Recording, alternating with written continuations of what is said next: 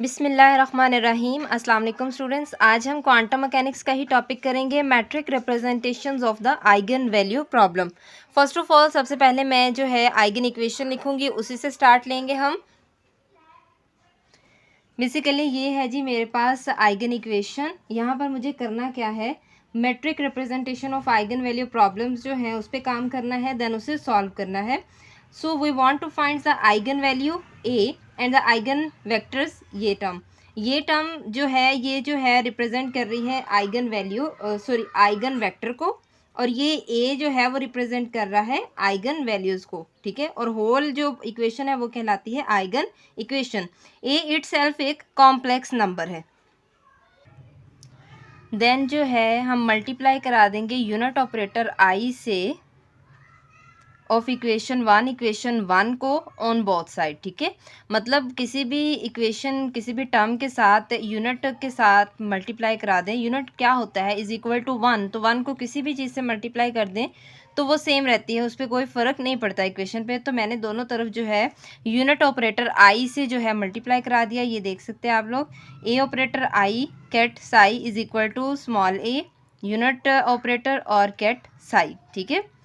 Then अब हमारे पास आई की वैल्यू जो है यूनिट ऑपरेटर की गिवन है। कल के लेक्चर में हमने देखा इसे, I is equal to summation n is equal to 1 to infinity ket phi n bra phi n, ठीक है। ये वाली वैल्यू जो है मैं यहाँ पर आई की जगह पर यहाँ भी पुट कर दूंगी और आई की जगह पर यहाँ भी पुट कर दूंगी। This one is called equation number 2। मुझे इसे फर्दर यूज़ करना है, ठीक है। अब अगर मैं इसे मैट्रिक फॉर्म में लिखना चाहूँ, मैट्रिक फॉर्म में मेरे पास इस टर्म को अगर लिखना चाहूँ, इस वाली टर्म को या इस टर्म को फाई एन कैट साई, ठीक है, सिंपल साई है। तो एन जो है वो है जी 1 2 3 अप टू सो ऑन, ठीक है, एन तक चल रहा है। और साई चूँकि मेरे पास सिंपल है तो उसको मैं सिंपल लिखती जाऊँगी। नीचे भी इसी तरह से, तो ये up to so on infinity तक जा रहा है। देन मुझे इक्वेशन 2 को जो है मल्टीप्लाई करना है बोथ साइड्स पे ब्रा फाई एम से, ठीक है। आप लोग देख सकते हैं यहाँ पर मैंने मल्टीप्लाई कर दिया इक्वेशन 2 को किससे, ब्रा फाई एम से ऑन बोथ साइड, ठीक है। तो मेरे पास इक्वेशन कुछ इस फॉर्म में बनी, summation n is equal to 1 to infinity.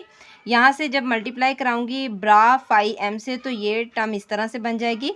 यहाँ से भी ब्रा फाई एम से मल्टीप्लाई कराया, तो यहाँ से मैंने कल जो है ये रिलेशन निकाला था a M n last lecture में, लास्ट वीडियो में, is equal to bra phi m, centre में ए ऑपरेटर और फाई एन, ठीक है। अब इस वाली टर्म में इस जगह पर मैं ए एम एन पुट कर सकती हूँ, ठीक है। ए एम एन यहाँ से मैंने पुट किया, ये टर्म एज इट रही, summation n is equal to 1 to infinity, और ये टर्म जो है सेम आ गई। यहाँ से मेरे पास जो है summation n is equal to 1 to infinity a, और यहाँ से ये बन जाएगा मेरे पास सिग्मा एम एन। इक्वेशन 2 में ये भी टर्म है, ये टर्म मैं लिखना भूल गई, यहाँ पे लिखती हूँ ब्रा फाई एन कैट साई, ठीक है। ये टर्म भी इसके साथ ही आएगी। ये ब्रा फाई एम तो मल्टीप्लाई हुआ और ये टर्म भी साथ में आएगी, ठीक है। तो यहाँ से मेरे पास इस वाली टर्म, इसकी जगह पर मैंने जो है सिग्मा एम एन पुट कर दिया। ये भी हमारे पास ऑर्थोनॉर्मल कंडीशन होती है। ऑर्थोनॉर्मल कंडीशन क्या होती है, ब्रा फाई एम फाई एन, तो इसको मैं यूँ लिख सकती हूँ सिग्मा एम एन। कंडीशन क्या है, ऑर्थोनॉर्मल कंडीशन है जी, अगर ये सेम है तो ये 1 के इक्वल आएंगे।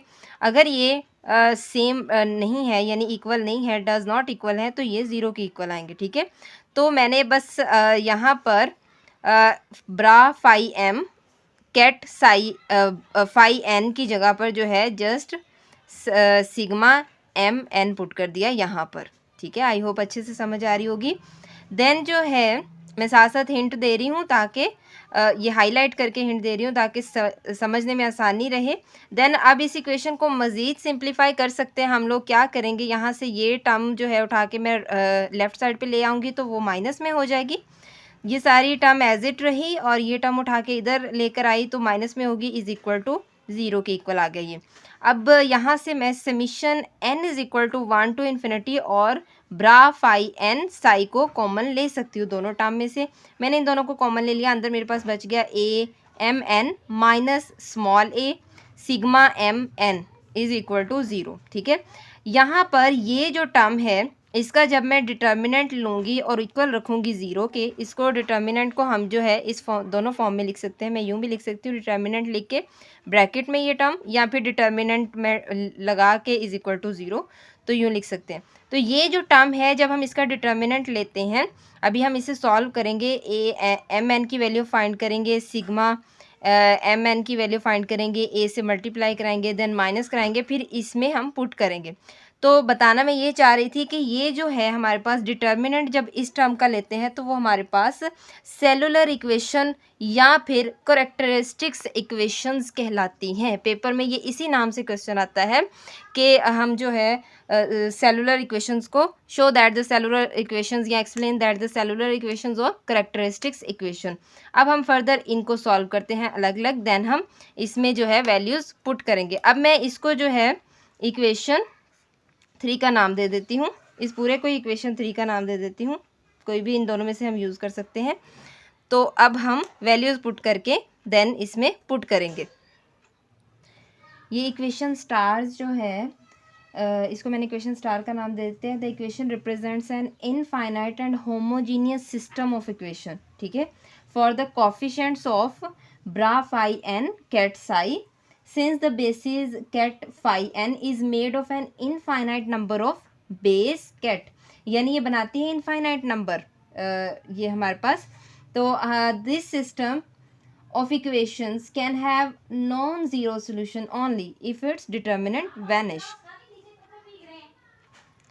मतलब इस सिस्टम ऑफ इक्वेशंस का सिर्फ तब ही नॉन ज़ीरो सोल्यूशन हो सकता है अगर इसका डिटर्मिनेंट लिया जाए इस टर्म का, ठीक है। अब हमने जो है इस ए एम एन और इनकी वैल्यूज़ जो है फाइंड करके इसमें पुट करनी है। So the using of square matrix A M N, ठीक है, which has countable infinite number of columns and countable infinite number of rows, ये हमारे पास एक square matrix A M N है। देन हम जो है सिग्मा एम एन को जो है मैट्रिक रिप्रेजेंटेशंस में अगर लिखें तो हमारे पास वो कुछ इस फॉर्म में आएगा। मतलब सिग्मा एम एन जो है वो bra phi m ket phi n के इक्वल है। तो यहाँ पर वन जो है 1 1 2 इस तरह से पुट करते जाएंगे। फर्स्ट रो में फर्स्ट लाइन में फर्स्ट जो है टर्म उसमें 1 1 5 1 5 1 5 1, और दूसरी वाली टर्म में 1 2 3, दूसरी वाली में फर्स्ट में 2 2 2 और सेकंड टर्म में 1 2 3, इसी तरह से अप टू सो ऑन, ये इन्फिनिटी तक चलता जा रहा है।